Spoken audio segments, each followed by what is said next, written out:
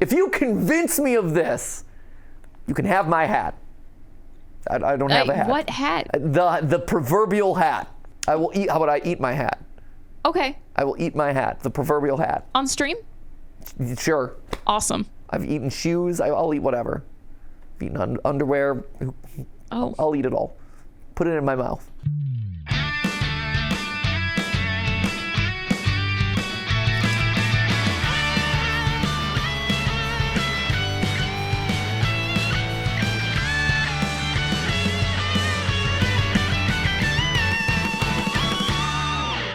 Hey guys, and welcome to GT Not Live. But before we kick things off with some more discussion of dual process theory, I wanted to quick make. I wanted to quick make an announcement here, which is to say that I am going to be achieving my theater dreams. I am making a cameo on the West End. Yeah, that is the London equivalent of Broadway, basically. Like the biggest stages in the world, they are right there in the West End. I'm going to be making an appearance in the show Your Lie in April, which, if you do or do not know, it's this beautiful anime that's been adapted for the stage. It's got incredible music. The story is incredibly heart-wrenching. And I get to be in it for a short period of time where you can all go, woo, that's MatPat. I'll sing a little bit. I'll talk a little bit. I get to be a little judgy for a minute. It's very, very exciting. It is happening for 2 days. It is July 9th and July 10th. The show's on July 9th and July 10th. And then afterward, I think I'm going to be hosting a talk back afterward just to talk about the show, the anime, favorite moments, things like that. So please be there. There are going to be a link to buy tickets down in the description below. It would be awesome. This is a literal childhood dream of mine. For those of you who don't know, I started off the channels with musical theater content, right? Like I was in theater back when I first started game theory. And so to have everything come full circle and for me to actually perform on stage in a professional capacity is unbelievable. So it would be awesome if you were there to join me for that incredible experience. It is a very short cameo, but so they don't want to put me in too much. I don't want to bring down the whole show, but I'm in there enough, right, to get satisfaction. And I hope that you join me for this incredible thing. It's a phenomenal show. The music is gorgeous. The staging is going to be tremendous. But please be there. Again, it is July 9th, July 10th. Link is down in the description below. We'll probably talk about it a little bit more on a future GT Live, but because of how these things got filmed, I want to make sure that you had enough time to buy tickets and be there. So I'll see you over in London, guys. That is awesome. I'll see you over there. And now let's see if Cassidy truly is the crying child, shall we? I know what we talk about here, but you don't, so find out now. Hey guys, and welcome to GT Not Live, where today the world of FNAF is all a tizzy because we are reviewing part number 3 of it's our part number 3. It is their part number 4 of the 2-hour epic that is, holy cow, we solved Five Nights at Freddy's by dual process theory. I have been loving this theory so far. I've been critical of parts of it, but I have absolutely adored certain parts of it. It is pulled out the rug from the lore multiple times. It is a literal mountain of rugs that have been pulled one at a time after another. Like, I did not know how deeply stacked this rug pile was until I started seeing rugs getting pulled. And now all the rugs have been pulled. And we're at part 4, which is, as you can see on screen right now, the special inclusion, that part of the lore that we're all super familiar with, the part where mysterious gas just plays a very important role in the franchise, right? So this is where we left off last time. The big reveal of part 2, and the big reveal, it seems like, of a lot of this theory is that Cassidy is the crying child. The CC himself actually is Cassidy Child, crying Cassidy. And there's another reveal that's a bit later, a big reveal here, but we have to watch everything to get there, right, Ash? We should continue forward as is. Yes, I think we should continue forward. This Nightmare Gas part is nice and condensed, so I think it should be. It should be as short as possible, because we should not be addressing Nightmare Gas at all. Yeah, I think you'll pick up on the beats in this part pretty quickly. Okay. I think the big parts that we want to get to today are the end of part 5 / the very beginning of part 6. Okay, I promise not to belabor it too much, the Nightmare Gas. I say, and then 50 minutes later, I promise we didn't belabor the Nightmare Gas all that much. But yeah, so like I said, the big thing here is Cassidy being a crying child, which I think there's some really compelling evidence for. I think from a narrative standpoint and from like a flow of events standpoint, it does require a bit of stretchiness with certain core beats of the franchise. It does require some bending over backwards to make certain events tie together. But I do think it answers a lot of really satisfying things. There's a good moment that they talked about last time where they call out the fact that in FNAF 3, we see Fredbear's two lit eyes, which for a long time was the two spirits that coexisted inside of Fredbear. That's what the popular theory was, the dual spirit theory. But that, you know, at the end of the game, if you get the good ending, all the eyes have been extinguished. After Happiest Day, they've all been kind of resolved away. And they say that one of them is, in fact, the Golden Freddy spirit, and one of them is Charlie. You know, and it's like, that's weird. Why would Charlie be associated with Golden Freddy? Not really 100% clear, but it is kind of alluded to later in FNAF 6 with Lefty, where Lefty is an animatronic only with one eye, the left eye, and it is a golden eye, right? And inside of Lefty, we know it's Charlie the puppet. You know, so that was really satisfying. That was a cool dot to connect there. Pretty awesome. But the big reveal right here is of the security logbook where Cassidy's name was revealed. Hey, that was actually referring to the crying child, you know, who is communicating through altered text in the book in a lot of ways. And the fact that, you know, this one this is an Afton, it kind of ties together a lot of loops. It simplifies a lot of parts of the story, but to me, probably the biggest gut punch, the biggest narrative satisfying beat there was the reveal that in FNAF 5, where you're stuffed inside of an animatronic suit, where Michael Afton spends a night inside of the animatronic springlock suit, that was the Golden Freddy suit. So he is stuffed inside the same suit that he himself stuffed his brother into, which is cool. You know, it is satisfying from a parallel in the narrative standpoint, like, oh, that's really cool. From an evidence standpoint, there were a couple things that I called out as I'm skeptical about it, but from is this a personal headcanon? Is this satisfying? 100% absolutely yes. So we continue now with their 2-hour-long epic. And how are we on track, Ash, when it comes to merely doubling the length of their video? Oh, no, we beefed that. We're probably tripling it at this point. We beefed it? Yeah. In a good beef? Like good beef way? Well, was it good beef? I mean, there was great beef. It was nice and meaty, that content. I thought that we always provided... fresh, never frozen beef? Always fresh, never frozen. Please, thank you. Yes, of course. Okay. I would say cooked nice, like a nice medium rare. Okay, even. Good, still got a little juice in it? Yeah, it's nice and juicy, okay. but, you know, it's not raw. You good. know? Great. But also not overcooked. We don't want it to be overcooked. No, certainly not. Yeah, we don't want well-done burger. No, absolutely. Get those nice meat juices. I'm glad that we're aligned on that front. Yeah. Yeah, we are adding maybe even an additional patty to this burger. This is second patty territory? Yeah. So I think, double stack? Yeah, I think we're tripling this video length. Okay, so triple. Okay. Right? So the first part, over an hour. Okay. That last part, closer to an hour 30. That's long. Yeah. That's long. Okay, so we're at 2.5 hours. So we have crossed the threshold. Yes. We are now longer than their video. Correct. We're entering overtime at this point. OT. This is OT for this theory. And we've got an hour left. Yeah. Okay. Because the goal, just for you all to be on the same page, the goal is to only double the length of this. Only 100% extra. Because otherwise, you know, that's crazy. That would be ridiculous. That's us releasing like 6 hours of content.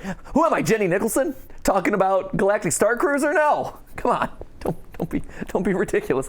Great video though. It's a great video. Yeah. Real banger. Oh yeah. Real solid. For sure. I'm now 2 hours into that one too. Ooh. Yeah. Got those big marks? Are you doing those comments where it's like leaving this for me and it's a timestamp? No, I'm not. I'm not much of a commenter on YouTube. Man, I was hoping I would see MatPat GT being like 23403. Don't ignore this. This is just for me. Yeah. That's what I'm doing with this one. Clearly, that's what we're doing with this one. Obviously. Right. Okay. Anyway, in order to hit our goal, our stated goal of not trebling the length of this or quintupling, whatever it is, the length. We're going to do this. We got this.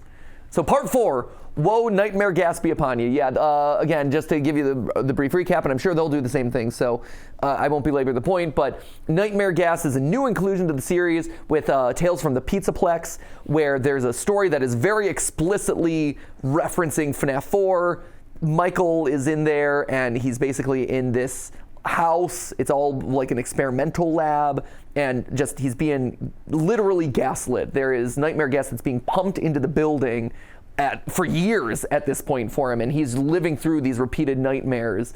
And when the gas turns off one day, when the gas accidentally shuts off, everything clears up, and he's like, wait, what is this? This isn't really a house. This food isn't really the food that I thought it was. These scary things are just kind of like blanks in a lot of ways. It's very strange. And then by the end of it, he just turns the nightmare gas back on, and he's like, okay, I'm back into my blissful, life under the effects of this gas on repeat. It's a very strange story. It has opened up all sorts of complications amongst the fan base, and people feel very strongly about it. So we'll get through this quickly. I promise I won't belabor the point, I say. In Tales from the Pizzaplex's Didophobia, we see a young boy trapped in a makeshift house, made to appear realistic via hallucinogenic gas being pumped into the room day in and day out. He believes himself to be reliving the same day over and over, not processing the repetition. Yeah. At night, he has horrifying encounters with the nightmare animatronics, but upon the gas being diluted, he realizes the house is bare bones. Yeah. The animatronics are just puppets, and he's been here for far longer than he knew. Yeah, that's one of the weirdest things about it is like when the gas shuts off, right? When all of a sudden he's able to clear his mind out of this gas, he's like, whoa, I'm not like a 12-year-old boy anymore. I'm like I went through puberty, man. This is weird. Weird. All sorts of weirdness. This is the same franchise that brought you Fazgoo. This is one of those moments where you're like, what? But unlike Fazgoo, which is so decidedly unrelated to anything that exists in the games, this one is like, oh, they're talking about FNAF 4. That's weird. He was kidnapped and put into an experiment on fear, which automated itself after being abandoned.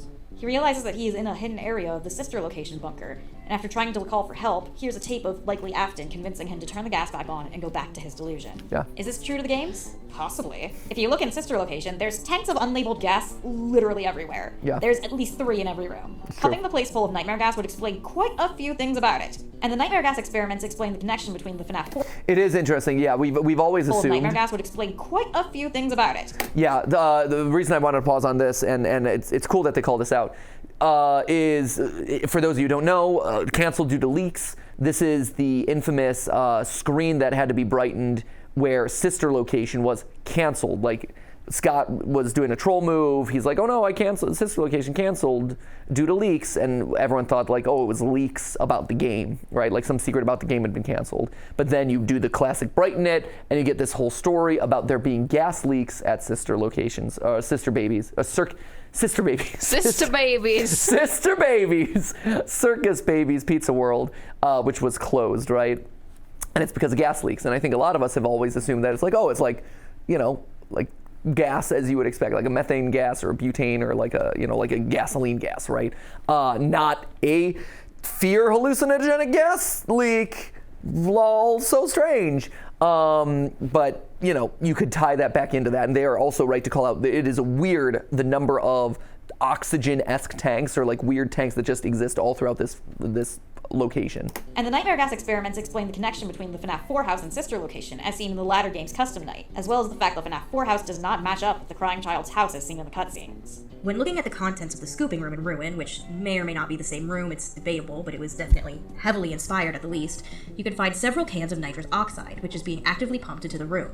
Nitrous oxide is indeed a hallucinogen, which can make you disassociate and, in rare cases, cause out-of-body experiences and delusions. So the nightmare gas could just be nitrogen, but there is one caveat that it works mainly as a sedative and laughing gas, which would make someone calmer and less prone to nightmares. It's Oh, good reference here, good visual reference here. Again, compliments to the editing and the references here. Those of you who don't know, this is Little Shop of Horrors, which is a musical all about a man-eating plant. It is fantastic if you've never seen it. The stage musical is wonderful. The video version, the movie version, also equally wonderful. It's just incredible. Also, fun fact, that is the character that you're seeing there is the evil doctor who is addicted to sucking nitrous gas. He's addicted to sucking the laughing gas, right? Because he's this villainous character. And it was my first ever paid gig in theater. Whoa. Yeah, I was hired by a group of dentists to sing the song that he sings from Little Shop of Horrors in the middle of an Irish pub. It's very strange. So the dentists in the pub. Yes. Were they having like a dentist event at the pub? It was a dentist Christmas party. Oh, and okay. so the dentists were having their Christmas party at the pub, and they hired me out to sing and dance in the pub, singing Okay. about how I'm a dentist and I'm masochistic. Ah, okay. They were Yeah. like, this is representation. They're like, yeah, we like this. This guy is just like us. Got paid a big old $50. Ooh. Slapped. Yeah, It man. was a win. Proud of you. Thank you. Was it like just a dentist office, or was it like a dental association? It was a local group of dentists. So an association. Ooh. Yeah. Love that. Yeah. I would want to Legit. go to one of those parties. Was it Legit. fun? It was fun. It was very strange because, it wasn't like we were in a closed off room. It was like a table cordoned off in a corner, but there were other people definitely there and like watching me. So I was like literally in the middle of a very busy restaurant singing, I'm a dentist and I'll never ever be any good. Give me the gas. I like to suck the gas. So be a dentist. I like causing people pain. So masochistic and depressed dentists were like, I have this great idea for a party. Yeah. And everyone else has to deal with it. Let's hire this young, I think I was a junior in high school at that point. Let's hire this young boy. Oh, you were little. Yeah, man. That was high school. Maybe it's to symbolize the youth that they feel like they have lost through this profession. Perhaps. Yeah, Perhaps no? that was me. Yeah. I represented that youth. Wow. I was that youth. Good on you. Anyway, diatribe over. Literally used to induce euphoria, which is the opposite purpose of the nightmare gas, which makes it highly unlikely that it alone is our gas. It could be used in the nightmare gas formula or machinery, but it's definitely not the sole culprit. There are many, many other uses, though, which will actually be discussed later. Whoa. That being said, a Interesting, certain okay. amount of these stories could be seen as equivalencies more than fact. Similar to Candy Cadet stories, more of them as a different possibility in a different universe. Things are ever so slightly off to show that this isn't the same one as the games or the novels. Things are swapped out and changed. It very well could be the nightmare gas was this kind of swap, while our nightmare animatronics are the ones with the novels of series illusion discs that people have claimed to see on their endoskeletons. See, and that's one of the things that I think is the nightmare gas. I don't know how I feel about it because it was not. Didophobia in its full release didn't really come out until I was kind of like wrapping up theorizing, right? So there's been a lot of actual big reveals between Help Wanted 2 and Didophobia and this and that I haven't actually talked about in a theory, thankfully, I think. But to me, the nightmare gas and the sound illusion discs are the equivalents here. So in the Fazbear Frights books, or in this case, Tales of the Pizzaplex books, these novellas, the horror novellas, you have nightmare gas. In the novel series, you have the sound illusion discs. Both function the same way, roughly, which is things that cause you to hallucinate things that aren't there, or see things differently than they actually are, right? In both of them, you have basically a blank house full of blank animatronics, and the sound illusion discs or gas, what have you, make them look scarier than they are, make the house look more realistic than it is, make you perceive reality different than what it appears to be. And so for me, that is the theme to take away from those, and for it to appear in both, in multiple instances in this whole multimedia franchise, feels like it is very intentional and is something that they're like, and the games have some equivalent of that too, right? So I'm inclined to believe that the games do have, like, as much as I hate to say that, it does feel like the games have some equivalent of this hallucinogenic technology, be it gas, sound, whatever, right? And I think you see that through Nightmare. And because Nightmare, for those of you who don't remember, he is the bonus Nightmare FNAF. If I can just get the one, right? Here he is. Nightmare FNAF. Here he is, right? This is Nightmare. He is the final bonus boss, basically at the end of all the special nights of the game, right?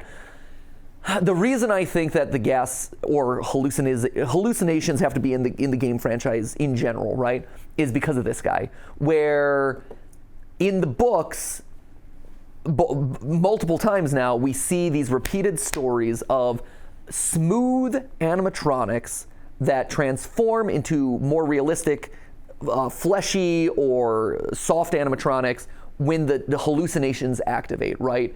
And here is what it is, right? That is him in a nutshell, right? He is a smooth plastic animatronic, the way that they're described in Twisted Ones, who presumably would look different once things are turned on. He is a version of Fredbear with the hallucination technology turned off. I hate it. I really hate it. I really do. Let it be clear. When I was putting these theories together, like, I didn't love everything that I was saying. I was just putting together with the facts as they presented themselves to me. I didn't necessarily love the conclusions. And in this case, I hate sound illusion discs. I hate fear gas. But I also recognize that stuff like this being in the games, and I think also, like, you hear, like, when he attacks you, you hear this weird digitized sound. So almost like a broken sound disc or something. Like, this high-pitched whining has disappeared. That it feels like it's been repeated enough in this series that it's intentional. And so again, it's similar to what I've been calling out a couple times here in the franchise, in these reactions, where I've said multiple times, like, William Afton, in multiple iterations of this story, regardless of how many, how parallel these universes are, you see repeated themes. Afton, sound illusion discs, hallucinations, affecting reality. Or one of the things I keep calling out, Afton as a kidnapper is a repeated beat over and over again. It doesn't show up in the games, but it feels like all the media that has followed is trying to reinforce this idea of Afton as a kidnapper, Afton as a kidnapper. How that maps onto the games, not 100% sure, but it feels like all the other media is trying to tell us something about that as it relates to the games, right? Afton kidnaps Mike's brother Garrett in the movie. Afton kidnaps Sammy in the novels, but then he actually kidnapped Charlie herself in the novels. Him as a kidnapper is a beat that hits over and over again. So again, when it shows up 2 or 3 times in the other media, maybe it's trying to tell us something about the main game. Whatever method, they're not the crying child's dreams. They're experiments. Experiments now on Michael. William was experimenting on a lot of things and trying to find immortality or bring his dead son back or whatever. Why he was experimenting with child fear seems weird to me, but if I'm right and he was trying to produce Remnant, that could be the cause. Or, more likely, he was getting agony. Agony in the books is a powerful source. Eleanor is a living being made solely of agony. And in case you don't know the Fazbear Frights lore, when the soul dies in a close enough proximity to something metal, Remnant is the good memories, agony is the bad. Excuse me, technically Balloon Boy is made of wood, according to the wood carver, but actually, you could have chosen literally anyone who chose Balloon Boy, okay. Do you know? Sorry. Had to do it to him. But seriously, you're not wrong. This is getting into that weird territory where you're like, this is the franchise we're dealing with. And that's what causes objects to go haunted. Anyway, Taggart was doing experiments on making a living thing just out of agony parts. If Afton discovered Remnant, he probably discovered agony too, and decided the nightmare gas was a great way to test this shit out. And well, fuck it, might as well test that gas on the kid who's digging a bit too far, both literally and metaphorically. Also, if Afton was freaking crazy even before Cassidy died, could explain what the sister location bunker was doing active in 1983 with a Fredbear plushie. We might already have kids down there. When Michael gets home still unable to find his brother's body, William takes him on a father-son trip to his little secret bunker. So I will say, and this is interesting, right? Up to this point, they've been pretty precise, I feel like, in their presentation of the theory and how it's gone. There have been a couple moments of like narrative stretching, of evidence not quite aligning, or them being pretty open up front about like, hey, this could be the way it fits or not.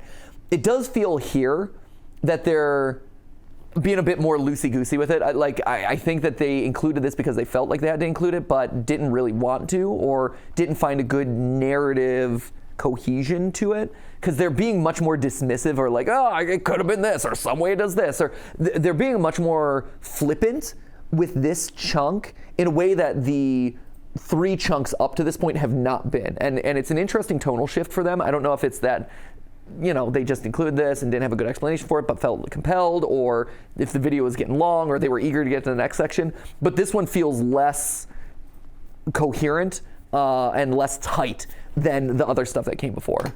How do we know Michael got nightmare gassed? Once again, we looked at the security logbook. On one page, faded text asks, "Do you have dreams?"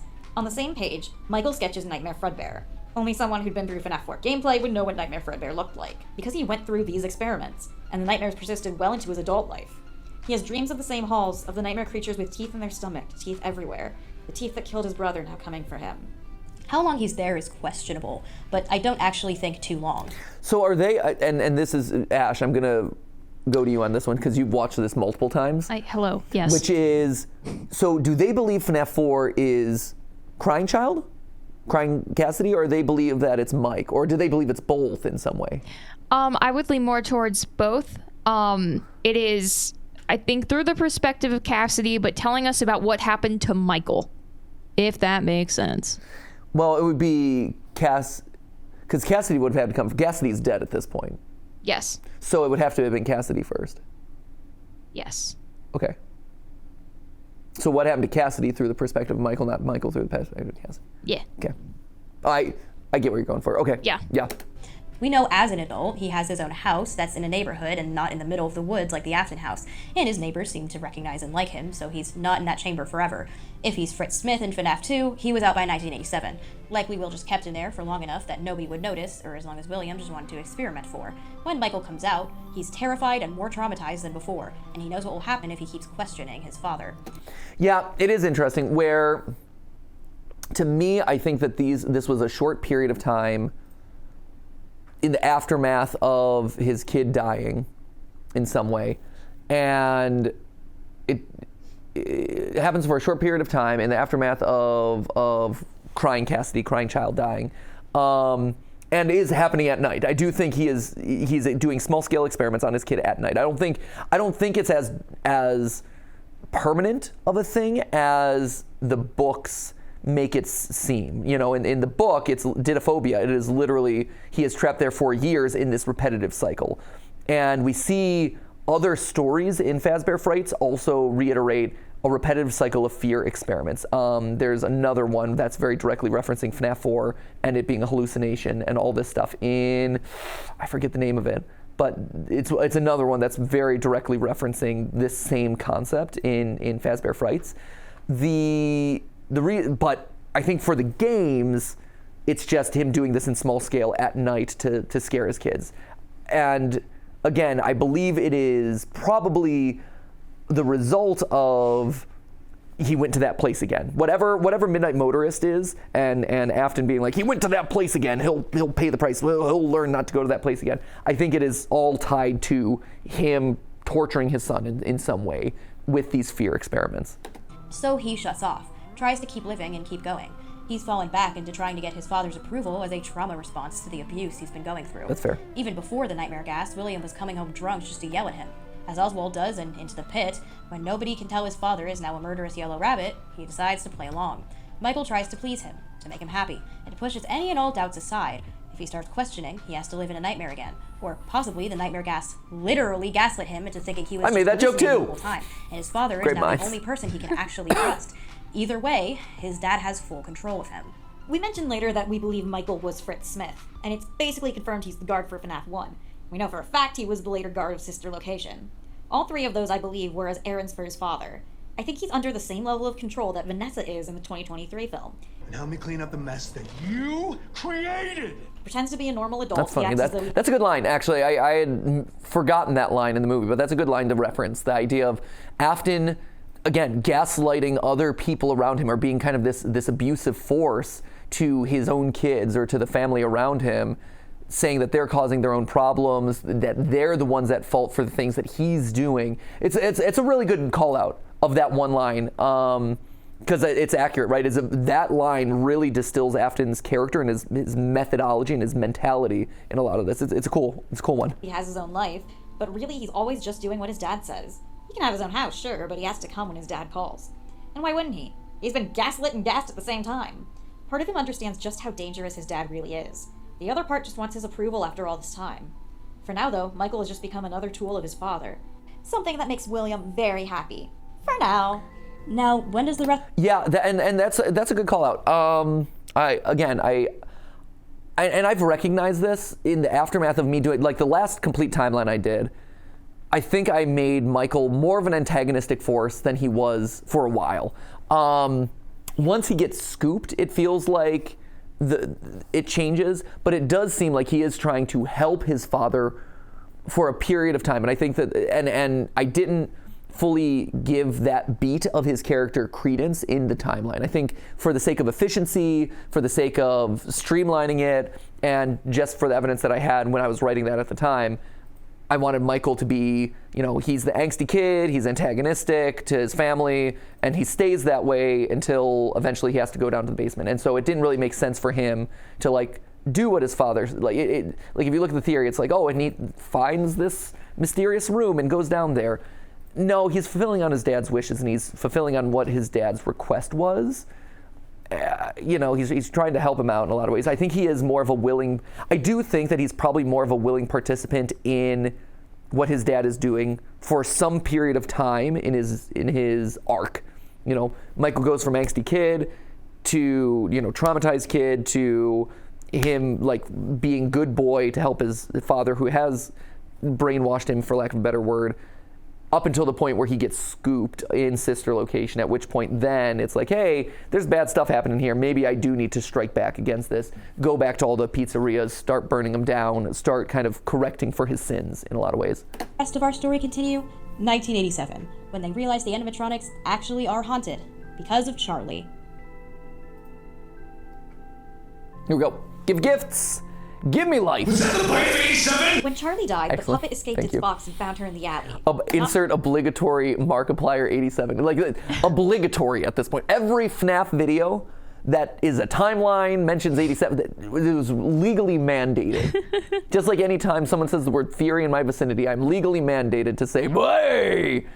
It's the same thing. Yeah, it's kind of frightening, actually. Once you start creating theory videos, late at night, someone will come to your house and force you to do this certain ritual that requires you, on top of your contract, to make a blood pact to include it in your videos. So if you decide that the law is not enough to inspire you, remember that you're bound by blood. Oh, yeah. Once a theorist, always a theorist. Exactly. Yep. Do you have your scar from it still? It's right here. Yeah. That's where they get you. What they use on you? It was a really sharp stick. Ooh. They kind of had to improvise. They weren't expecting me to show up. I was going to say, wow. Yeah. That's a little unprofessional of them. I'm sorry. I know, right? They were like, well, it's a weird line for you because you're kind of tech, but also you kind of have thoughts. This is why I keep having to say, I keep trying to micromanage that process, but they won't let me in. Right? So, I appreciate the thought that you had in that process. Yeah. I'm sorry that I had to give you that unfortunate news, but No, it's just another problem I have to say. It's fine. Yeah, I'll put it on the meeting list. I wouldn't be opposed to a different scar. This one's kind of raggedy because of the stick. Right. Sure. You want a bonus scar? A little bit. Or maybe a cover up, how they do with tattoos. Okay, we'll see what we can do. Okay, awesome. Okay, yeah, I'll put it in the next PTA meeting. Thank you.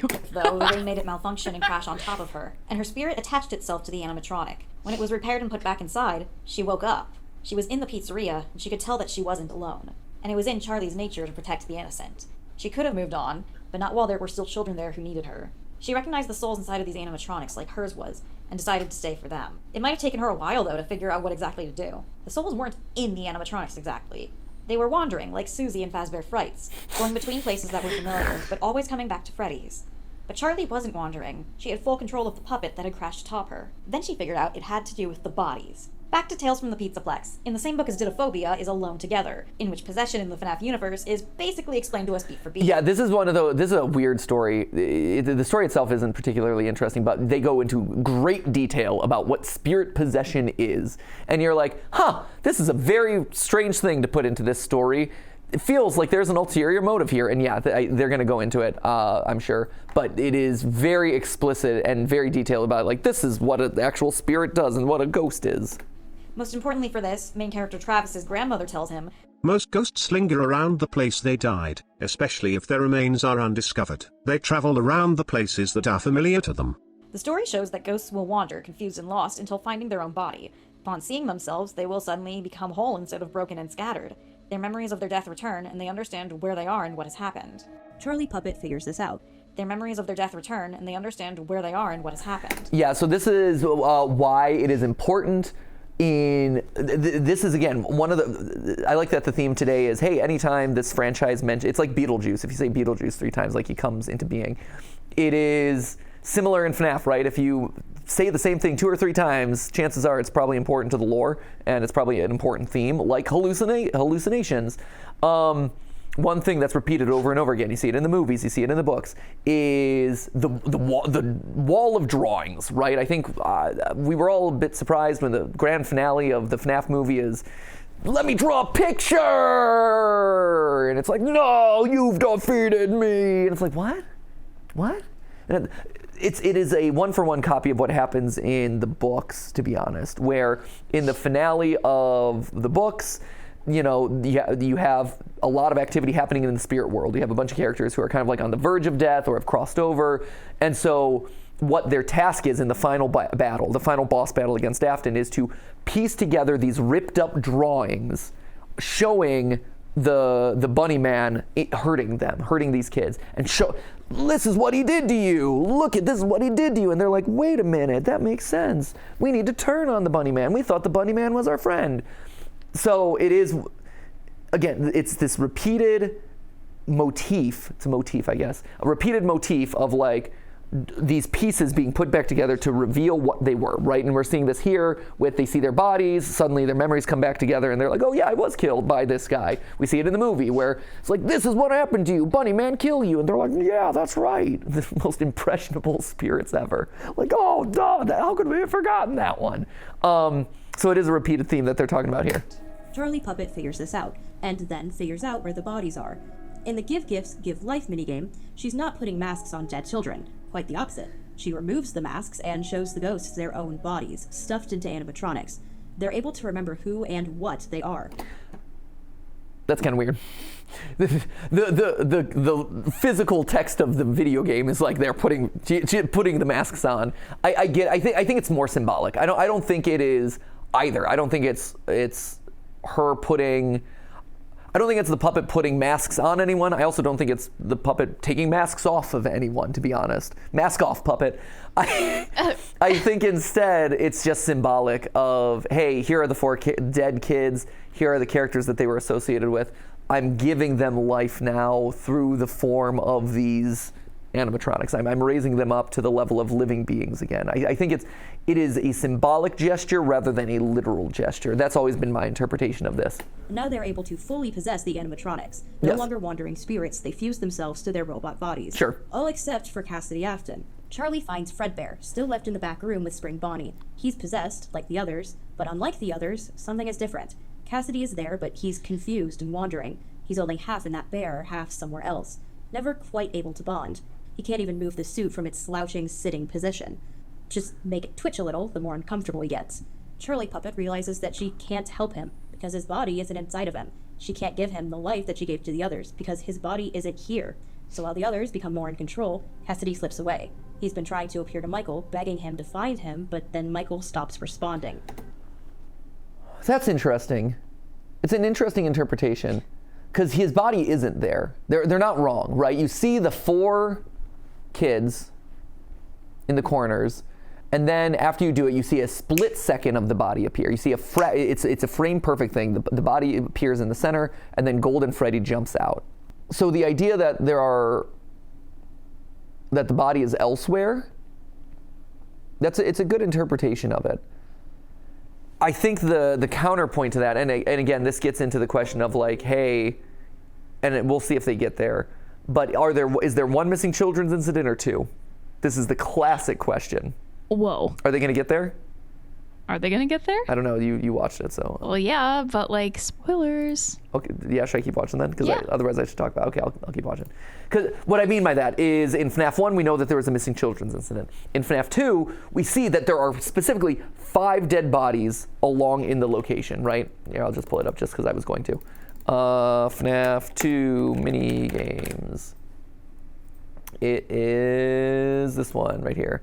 So you'll see here that there is 1, 2, 3, 4, 5. So there are physically 5 dead bodies in this location, which is, so is that another slate of 5 missing kids? Is this another MCI?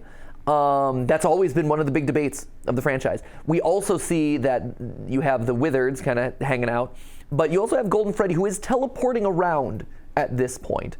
So if he is kind of possessed already and is half possessed, he is teleporting around, kind of phasing in as a spirit. it's a tricky nuance of the timeline. It's, again, one of those frustratingly vague things. How many dead kids are there, actually? Kind of remains to be seen. So Cassie just has to sit in that position, waiting, wandering. The main 4 animatronics, meanwhile, are now fully possessed, but even then, the ghosts are a bit confused and lost. All they know is they fear adults, as any adult could be the one in the spring bodysuit that had killed them. So they start attacking night guards, adults who are alone in the place, much like Spring Bonnie got them alone. And during the day, they just stare at the adults, trying to figure out who is the enemy. Freddys closes. It's been years, and the place still can't shake the tragedy that happened there. But a second location opens, a little while away. This is the FNAF 2 location. What exactly was happening there, by the way? Oh. We know there was an investigation going on. Phone Guy says in his calls to night guard Jeremy Fitzgerald that there's something tragic going on out there that totally has nothing to do with them, Pinky promise. Okay, before I go, I wanted to ease your mind about... Classic Phone Guy. You know how these local stories come and go and seldom mean anything. I can Seldom. personally assure you that whatever is going on out there, however tragic it may be, has nothing to do with our establishment. Then he says that an investigation in the restaurant happens, and they may have to close for a few days. Okay, so just to update you, there's been somewhat of an investigation going on. We may have been closed for a few days. I don't know. I want to emphasize, though, that it's really just a precaution. Fazbear Entertainment denies any wrongdoing. These things happen sometimes. It'll all get sorted out in a few days. Then it's the building is on lockdown, nobody is allowed in or out, especially What comes concerning at you previous fast? employees. Yeah. And they are trying to track down the original owner of Fredbear's. He also implies that the day shift guard is the one who's gotten himself banned, as the position just became available. From what I understand, the building is on lockdown. No one is allowed in or out, especially concerning any previous employees. When we get it all sorted out, we may move into the day shift. The position just became available. We don't have a replacement for your shift yet, but we're working on it. We're going to try to contact the original restaurant owner. I think the name of the place was Red Bear's Family Diner or something like that. They're closed for years, though. I doubt we'll be able to track anybody down. The next day, Phone Guy tells Jeremy Fitzgerald that the place will be closed for a while following this last birthday party, because someone had used the yellow suit in the back, causing the animatronics to go haywire. The place is closed down. Classic. I like have these memorized. I've listened to these so many times. It is wild. Now none of them are acting right. So what the fuck does any of that mean? So the Fazbear Corporation, after the inevitable closure of Freddys, decides to open a new location. But this one will be safer, more high-tech. Yep. William may have been out of the franchise for a while, but he has to get back once they start talking about using the old animatronics. He can't let that happen. There's fucking bodies in there. So he says, outfit them with new tech, and then says, these guys are just so ugly. Let's just make new ones. The corporation lets him do that so long as he uses parts from the originals to make the new ones. They gotta save costs as much as possible. William does that, but as he does, he starts noticing things. The suits are moving, and they really don't seem to like him. The new animatronics are given technology to recognize criminals. This shouldn't bother him, he is not a convicted criminal, but they still are wary of him. Even after the animatronics are complete, they're acting weird towards adults. And so is the puppet. He eventually takes a night guard position under... Is it confirmed that I'm kind of confused why they're saying that he used parts of the old animatronics in the toys? Is it confirmed that old parts of the animatronics are in the toys? I thought it was. Is it? Is that important? Because the reason why they roam around at night and attack you, I thought, was because of them being on the security. Like because they're wired into the new updated security system, right? That they are on the hunt, and especially if you are Michael Afton in this place and you're going back and revisiting some of these old locations. Now all of a sudden, and you look like your father. They say multiple times, "Wow, you look a lot like William. You look so much like your father." There would be stuff like that. I don't know if it matters, but that's one of those details where I'm like, is that a thing? Does it need to be a thing? I didn't know if it was a thing. Is that a thing? Let's continue. Fake name to investigate further.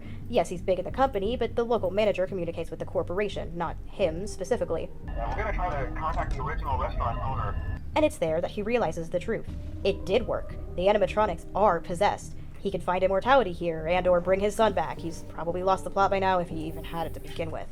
But now he's fucked up a bit more. In taking apart the original animatronics, he split the souls inside, like they were before they found their bodies, but worse. The animatronics are now even more confused and erratic than they were at the first location. He took the souls apart like the toddlers did to Mangle, and it went just about as well. Once he realizes the night shift is a bit too dangerous, he's all alone after all, he switches to the day shift, and he decides to experiment some more, by killing more kids. He's nothing if not frustratingly consistent. Whether or not any children actually died in the FNAF 2 location, or if this is just a metaphor for the first incident, is a debate within It is the a debate within the fandom, The you're right. evidence we have is in the final FNAF 2 minigame, where Freddy wanders the location and sees bodies scattered around, along with the other Withers. Is that supposed to just represent the MCI, or is it the DCI, a dead children incident? dead We think the DCI did happen, but William's experiments weren't working. He didn't shove these kids into suits, just killed them to see what would happen. He didn't use the spring Bonnie suit yet, though. That's still in the back rooms. Instead, he lures them with that fucking bastard balloon boy. What? No. What? Get out of here. You are making Balloon Boy lore important. Okay. You have my... Why is this not major point 2? Forget Cassidy reveals and crying child name drops and this and that. No. This, if this is true, if you convince me of this, you can have my hat. I don't have a hat. What hat? The proverbial hat. Oh. Metaphorical hat. I don't know. Okay. I will eat. How about I eat my hat?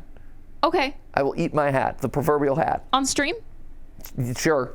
Awesome. I've eaten shoes. I'll eat whatever. I've eaten underwear. Oh. I'll eat it all. Put it in my mouth. I'll eat it. Okay. Excellent. Great. Has anyone ever asked what Balloon Boy's deal is? Everyone Was he has. possessed? Did he get parts of the Wizards? Did he just appear out of the ether and we don't question him lest he damn us to hell for our transgressions? Wrong. He's a lore. We know by the time William got to the Fun Times, he made Funtime Foxy specifically as a lore. They are shown to have, quote, parental voice sync and replay, as well as variable scent release. The specific notation of parental voice really shows what this was supposed to be for. It was to lure kids with their parents' voices or appealing scents. Yep. What this tells me 100%. is that William learned, likely from being caught on camera with Gabriel and Jeremy, that he can't be the direct lure. It's too dangerous. He's too likely to be caught. So he starts using animatronics to do it. But What's going on over there? I don't know. Very concerning relationship between JJ and Dee Dee, and BB and JJ. It's like, Instead oh. of starting with Funtime Foxy, he starts with Balloon Boy, a childlike, smiling boy who gives out presents to the kids. He gives them balloons, specifically something the kids would love.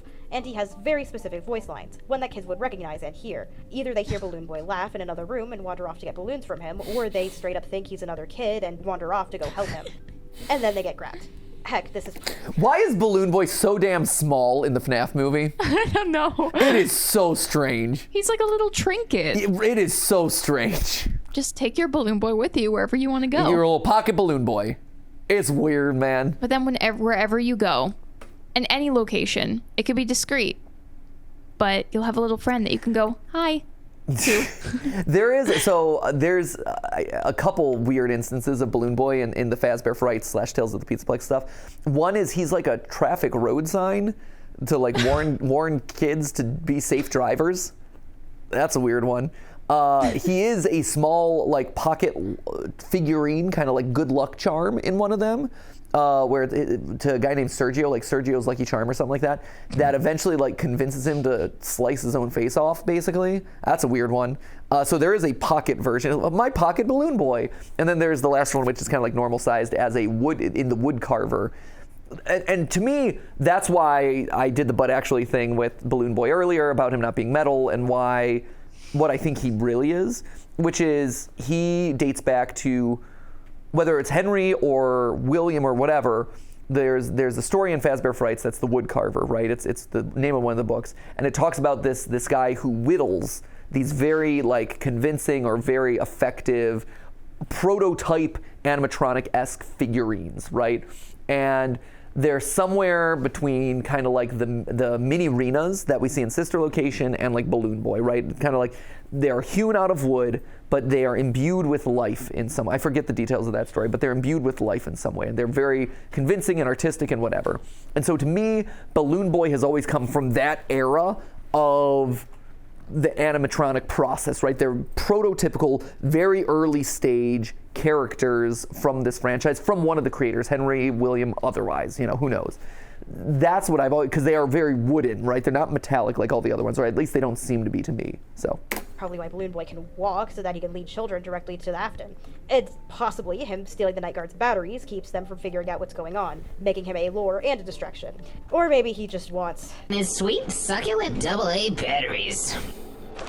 And he might not just be a lure for the kids, he could be a lure for the animatronics as well. Recall in FNAF 3 that his voice lines are the ones that are used to lure Springtrap from room to room, to activate his sound-seeking sensors. This free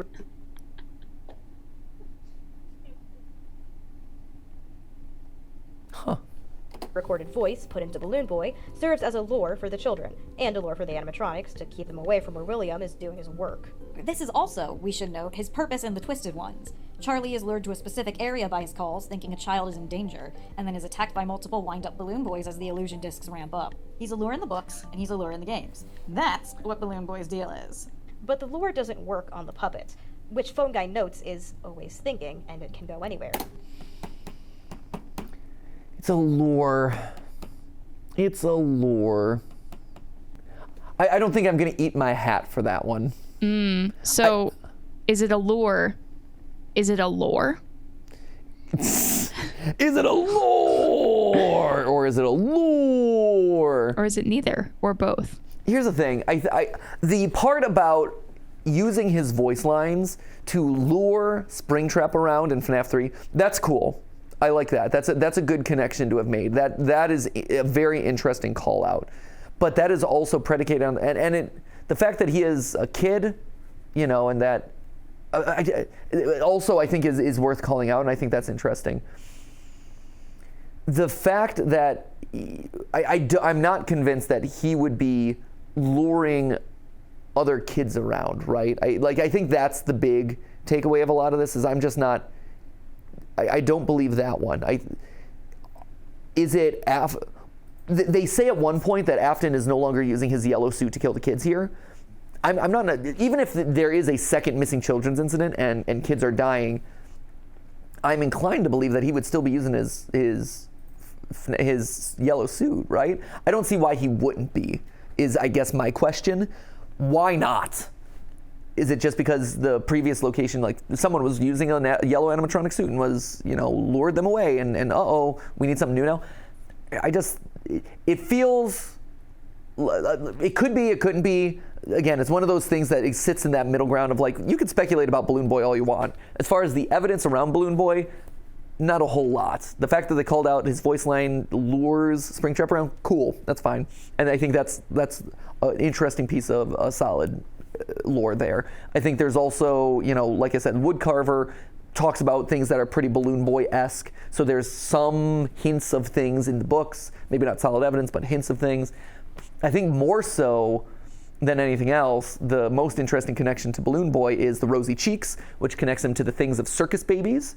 Because if you look at that era of animatronics or kind of that theme, all of them have rosy cheeks, including the puppet, which is, again, one of those interesting design details where all of these have rosy cheeks. That's weird.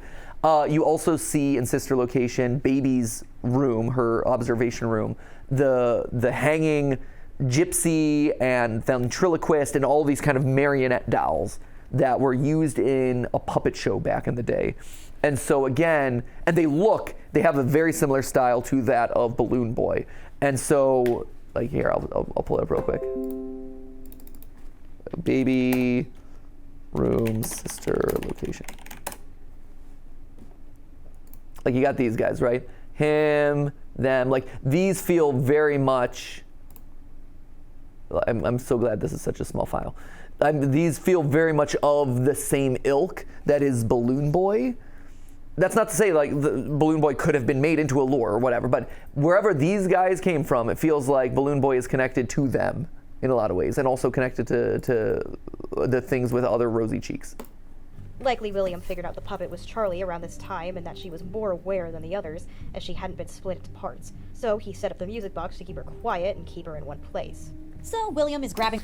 It's also weird that we're just realizing now that the animatronics are moving around.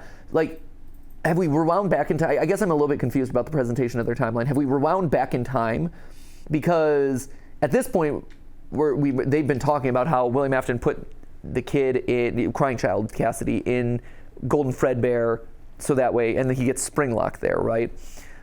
But if he didn't know that the animatronics were walking around and alive, then why would he put his kid in the suit, especially a suit that he knows is dangerous?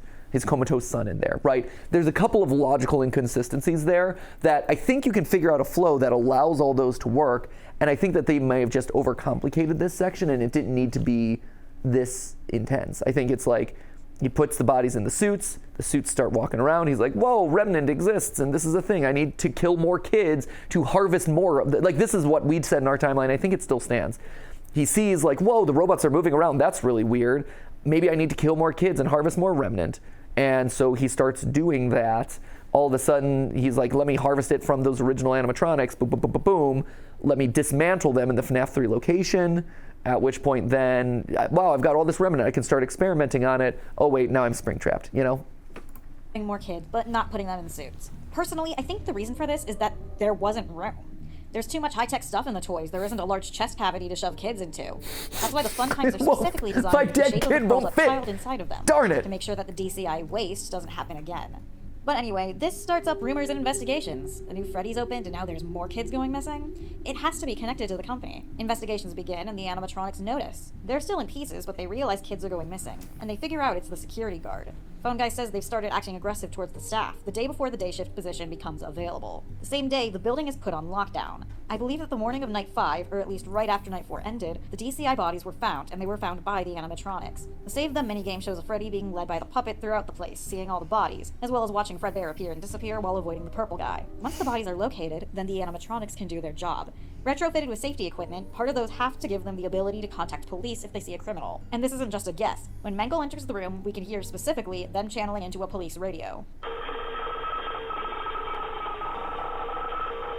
They can reach the police, and when the toy animatronics... Is that police? Is that a police sound officially? The, like, police line? Police line, sound.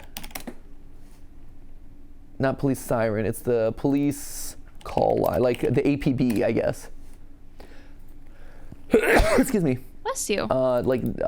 Police, like emergency call line, emergency call line sound effect, that thing.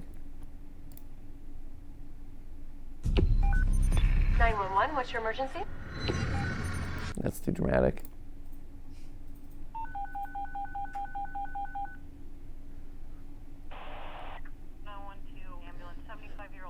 I know what they're talking about, right? There's this like kind of signature sound that police calls tend to have. It's like that kind of like, it's kind of like gravelly, a little bit more harsh tones. No, it's a beeper.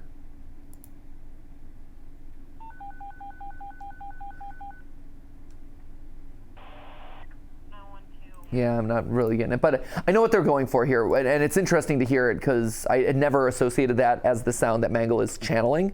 That's pretty interesting. Animatronics see a fucking bleeding dead body in front of their stage, they're gonna contact the fucking cops. The day shift guard is immediately put under suspicion since either he didn't notice all this kid killing or was the one doing it, and William quietly slips away. He was since either he didn't notice all this kid killing or was the one doing it, and William quietly slips away. He was under a fake name, they don't know it's him. Heck, they're now trying to contact the original owner of Fredbear's, which is him. Right, or Henry, who's in jail. Right, that's weird. Like, again, that's one of those weird details that if someone was convicted, if William's returning to a place where he's committed crimes before, it's one of those things that's hard to explain from the lore, and there is no one explanation that's like really clean and satisfying and smooth. To me, the idea of someone was convicted, right? I think the thing that ties up both of these and maybe streamlines it a little bit is they mentioned before, hey, Henry was put in jail as the guy who was convicted of the murders, right? To me, I wonder if it was this security guard. They mentioned like, oh, the security guard's put on watch or whatever. The first security guard who the position just becomes open, I could see a world where it was that security guard is the one who was convicted of the crime potentially. They're going off on an appropriately named rabbit trail, looking for someone who doesn't exist. Ba-doom-ching. The important thing is he has more information on his experiments, and he knows the possession is working. Day 6, meanwhile, hell breaks loose. The animatronics were in free roam mode, and they see a yellow suit in the back. We really have two options here. Either someone used Spring Bonnie, and everyone went nuts upon seeing their killer, or the Golden Freddy suit was what was moved. Both are likely. If Spring Bonnie was at that location, then obviously someone using that suit, heck maybe William hiding out from the cops and then trying to escape without being spotted, would set off any and all MCI sensors. However, Fredbear is just as likely. We see it appear and disappear at the Sanctum cutscene, so Cassidy is active, though likely as confused and lost as he was before. He also doesn't seem to be moving the suit, just teleporting in the slouchy position. He does Probably teleport a just lot. projecting images. This also ties into the idea that he's still not fully possessing it. He's tied to it, but without his body being found, he can't make full use of the possession. Either of these suits could have been what set the animatronics off, enough that the place is completely closed down by night 6, Phone Guy says. But they've got one more thing to do. A birthday party scheduled for day 7. Of course. Why this is still going on is unclear. Agreed. My current theory is that the news of the bodies being discovered hasn't been made public yet, and the police have cleared enough of the area to see if the killer would come back for this last pre-scheduled birthday. That's Killers great. love- We're just gonna use these kids as bait. You know, it's fine. Yeah, it's a kid's birthday party. We'll see if the killer shows up. If they die, they die. Keep an eye out. Keep an eye out for any mysterious murderer-looking people. You know, these kids. They can handle it. They'll be fine. Yeah, just give us a ring if anyone comes up, you know? Yeah, let us know if anyone looks a little bit too suspiciously at that cake knife. Okay, great. Thanks. To go back Good to the scene of the crime, quality which is why police work, stake guys. out those places Well as well done. as victims' memorials. So they stake out Freddys. All Jeremy Fitzgerald is told to do is wear his uniform, stay close to the animatronics, and make sure they don't hurt anyone. Well, that backfired. The next day, at the birthday party, one of the animatronics takes a nice little bite out of Jeremy Fitzgerald's head. The building is ruled completely unsafe and closed down for good. They let the animatronics run around for one more night under the eye of Fritz Smith, who was immediately fired come morning for tampering with the robot that just put someone in the hospital. And then they pack them up and decide that the toy animatronics will be broken down and used to repair the originals. Why? Probably this was a William decision. He knows what he did after all, and now he has full access to the possessed animatronics to continue his experiments with. He'll just put those withers back together and see what he can do with those. As for Fritz Smith, probably Michael. Yep. Biggest evidence for this being that he is fired for the exact same reasons as in FNAF 1, animatronic tampering and odor. Michael is a stinky, stinky boy, and we all have to remember this. But Wow. how did he get that job so fast? Phone Guy tells Jeremy they don't have his replacement on the night before, and custom night is the night of the bite. Did he come in and apply while the bite was happening? While the place was closed down for an active crime scene? Can't be after because they scrapped the toys after. No, I think what this is another part of William's chess match. He has his son go in and, like Vanessa does in the film, clean up his mess. Mike is found tampering with the animatronics, but what he's really doing is hiding the last evidence his dad left behind. He's under a fake name just like William was, but under William's influence as head of the company, he can slip in and out as if he's been an employee this whole time. Yeah, the idea of of Michael going in and tampering with animatronics and doing things like his dad requests. Yeah, I could see that 100%. Like I said, I think that Michael was probably more of a willing participant in a lot of the things that Afton is doing than I gave him credit for in the past. So yes, 100%. And when he disappears, just like William, nobody will find him again. William also knows that it's time to be more low-key, so he begins working on his next experiments. Oh man. Get a scoop. It's after the closure of Freddys that Circus Oh, Baby's you done got Pizzeria is scoop. open. Pelvis But first. it's only open for a day. Why? Because Elizabeth fucked up by dying, that's why. Don't you hate it when It's kids the do late that? 80s, The possibly worst. early Gosh, the 90s. worst. Just William the is ready worst. to continue his experiments. He's got the original animatronic Like, come on, I shoved up- leave you alone for 1 minute, and all of a sudden you do the one thing I told you not to do, you die. And now it's this big inconvenience, and like we have to make these plans for, you know, afterlife and death and blah, blah, blah. Burials, possessions, hiding the bodies. Man, what a bummer. Right? It's like now I have all this leftover stuff, Kids, like toys. am I right? You just I just bought like the crib and the new clothes, a bunch of Pokemon cards for them. Guess I gotta pop out another one. Guess I do. Just the babies, they do be popping. They pop off a little bit. Oh, they pop all over the place. Babies popping left, right, and center. in the old Freddy's location, watched over by night guards to make sure they don't escape. In the meantime, he begins work on the Funtime animatronics. They're built specifically to capture children, as seen on the blueprints. They all have technology fitted in solely to serve this function. Funtime Foxy was already mentioned, but Ballora is given deter and misdirect remote activation, showing that she was meant as a distraction, most likely to any adults in the area. What? Whoa. Hold up. I got this new anime. Basically, there's a high school girl, except, oh, wow. Oh, jeez. Okay, gross. Mature comment, guys. Mature comment. Ignore. Funtime Freddy and Circus Baby both have their spaces to store children in their stomachs. Oh, Ballora. What an odd decision you were, Ballora. As well as sensors in order to count the children and adults in the area. Freddy specifically has parental tracking, as well as voice mimic/learning. The mimic. These are the full intentions of these things.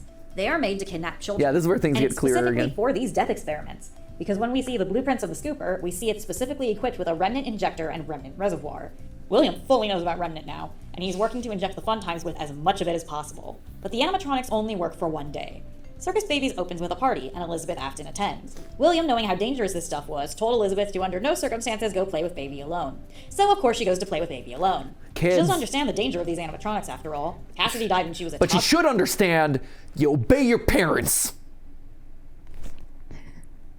Otherwise, you're going to get scooped. Like an ice cream cone. And these are her daddy's creations. How could they be bad? Then she ends up alone with Baby, and Baby does what she's programmed to do. Kidnap any child left alone. You got the volume warning.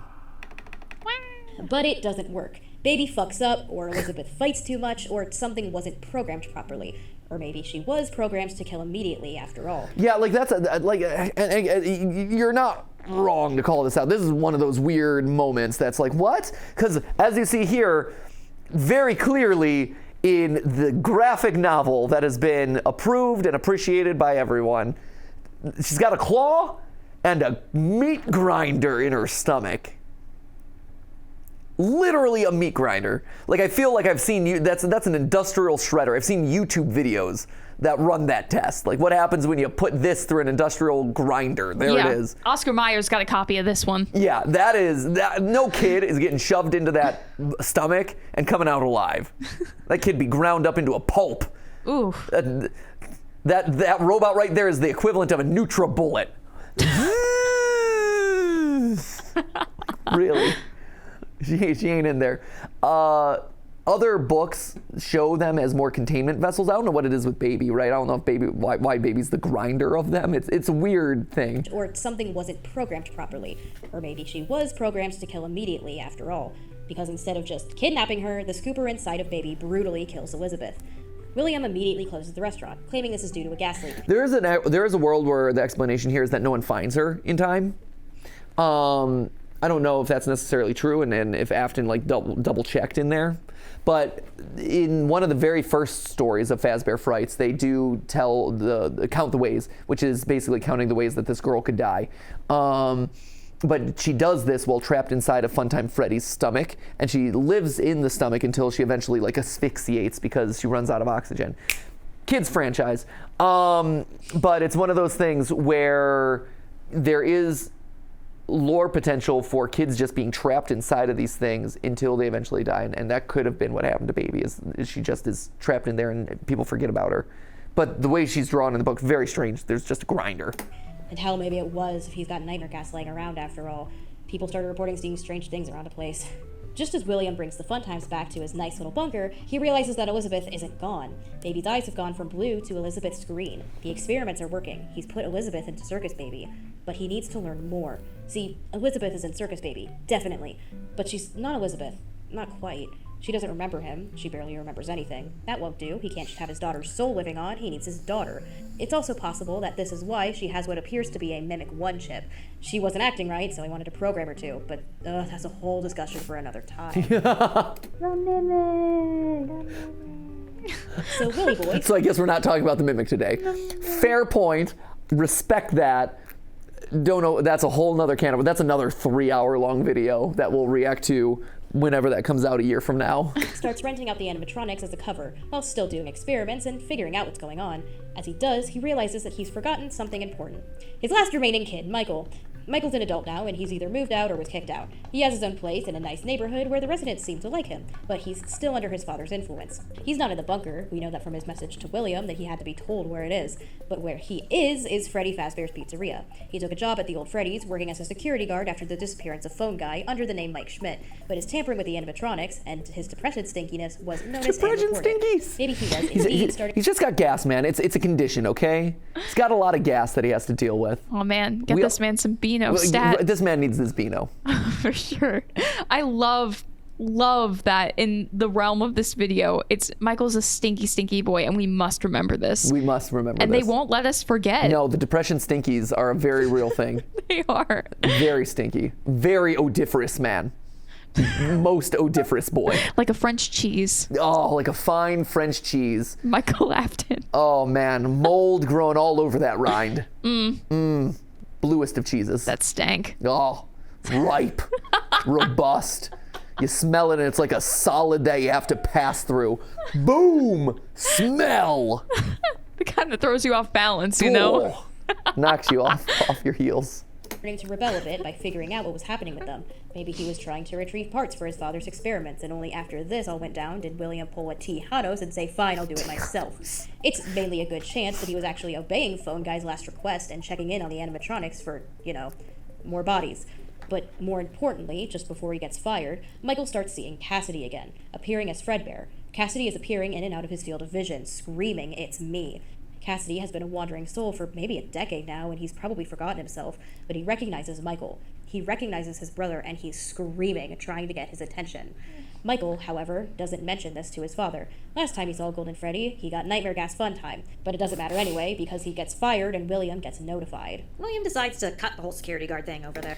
So this is implying that William still has not gotten spring locked.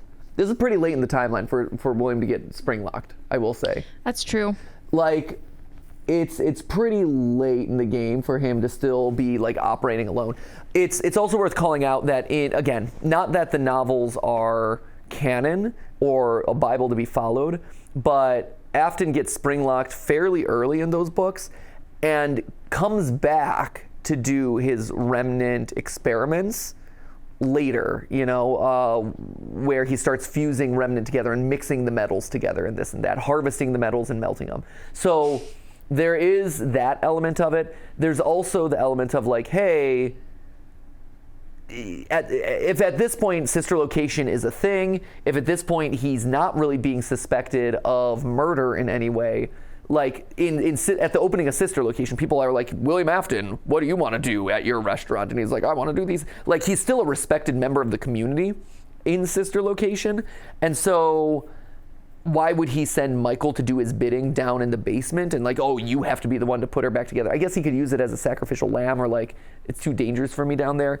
It is weird though. It feels more so like William has to have been incapacitated in some way for Michael to go down there and put her back together, which would imply he has either A, been arrested, or B, has been spring locked and has just gone missing for a period of time. So for him to be like, oh, I'm a business owner, but Michael, you go do the thing down there, it feels odd, right?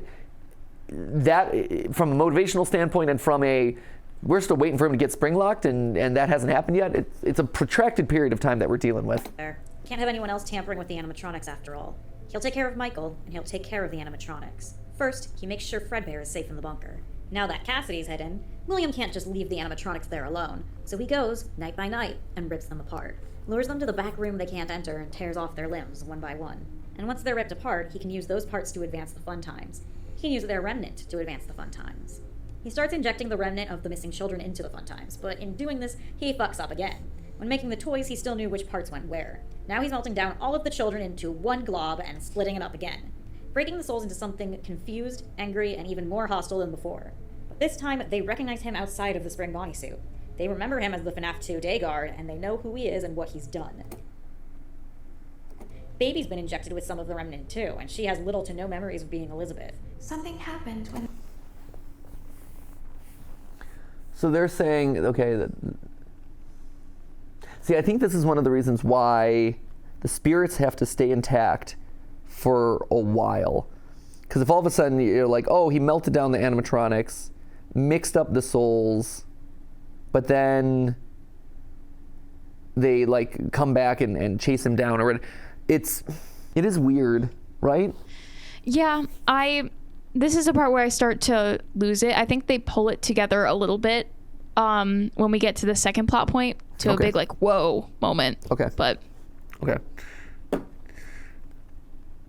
There was one, a little girl, standing by herself.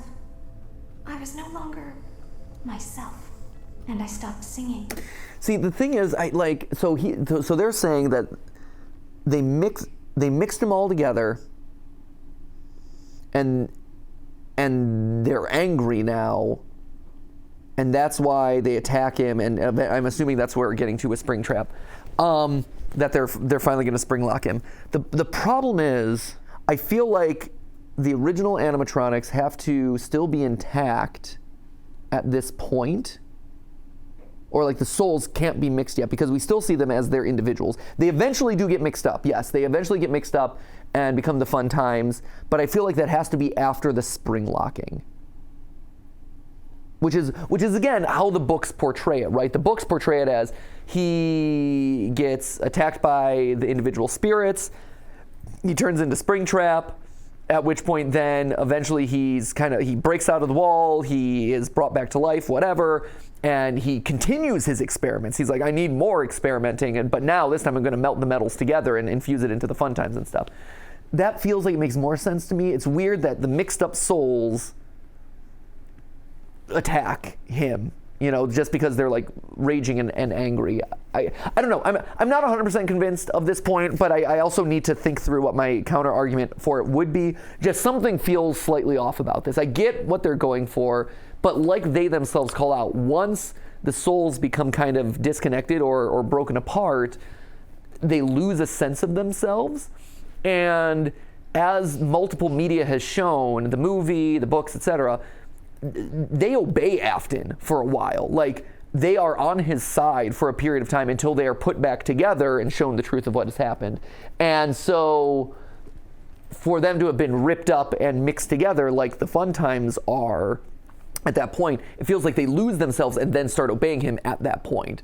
When they're intact spirits, that's when they attack him. That's what I feel like. I'm not 100% sure. Something just isn't rubbing right here, and I know I'm not articulating it as clearly as I can. I don't have clear evidence. I'm like, this is the problem that's wrong with it, but something about this is friction. How are we doing on time, Ash, by the way? Yeah, we're coming up on time a little bit. Okay. I'm starting to fear that we may quadruple, that another patty is entering this burger. Well, I mean, another patty's entering this burger, but we're not because remember, the goal was to only double their time. Right. Yes. And their time is 2 hours. So as long as we are like 4.5 hours of this content, we should be okay. Okay. How close to 4.5 hours are we? Okay, so right now we're at like an hour 15 in this recording. And in grand total, that's like 3.5. Yes. So say it's 3.5.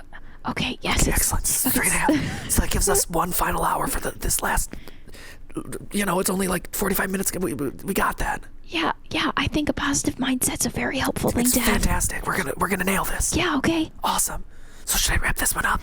Yeah, but do you want to see something cool before we go? I do. I always want to see something cool, Ash. Okay, it might send you back to your hidey hole. Are you okay with that? That's fine. I was probably going to go back to my hidey hole anyway. Okay, yeah. Did you clean it recently, though? I did. It's very nice. Okay, it smells a lot better. I sprayed some Febreze. Okay, good. I'm glad that you don't have any of those depression stinkies. No, I'm not Michael Afton. I don't have depression stinkies.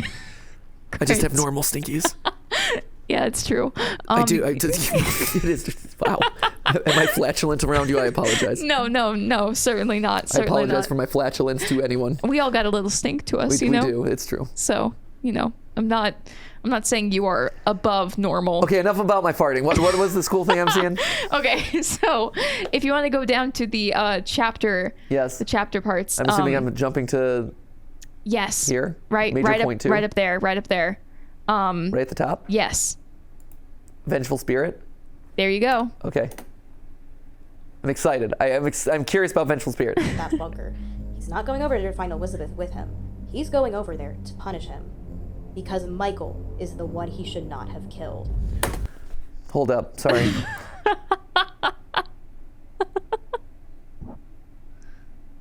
What? This is so fun. What? Hold on. Also, what is this skeleton? Excuse me? He's vengeance. Newsflash, asshole! Oh. I've been The one you should not have killed. the entire goddamn time! Then why wouldn't you say something? Because I hate you! So, here's the thing.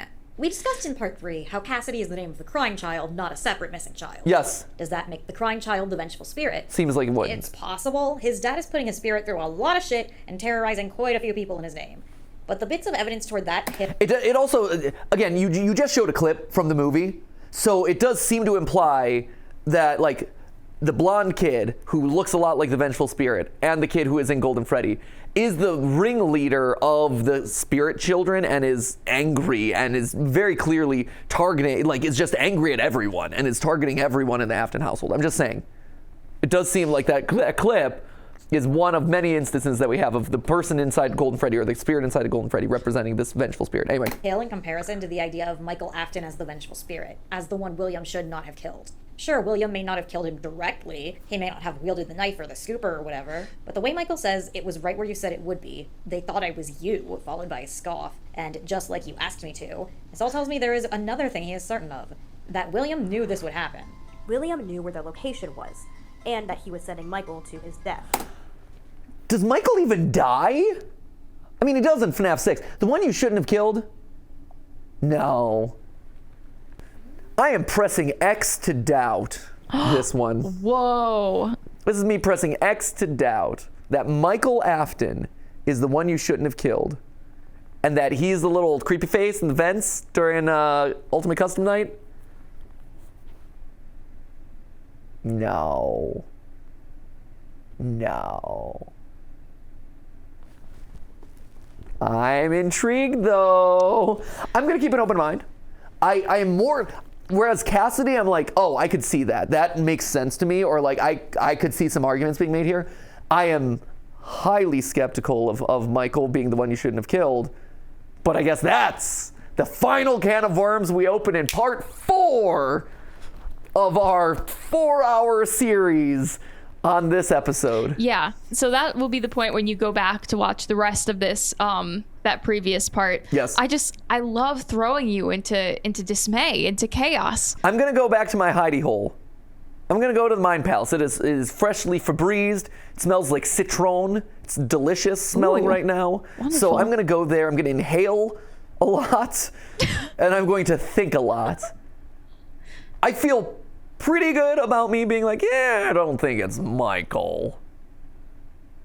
But who knows? Could be wrong. I like being surprised. Could be wrong. I like being surprised. So tune in next time, ladies and gentlemen, for the grand finale, I promise, of our 4-hour-long epic. Only twice the length of their original video, but it was 2 movies worth of us reacting to someone else reacting to the Five Nights at Freddy's story. They're doing a great job. Can they stick the landing? We'll find out next time. Thank you so much, as always, for watching, my friends. And always remember, it wasn't a live stream, but it was a video for you. See ya!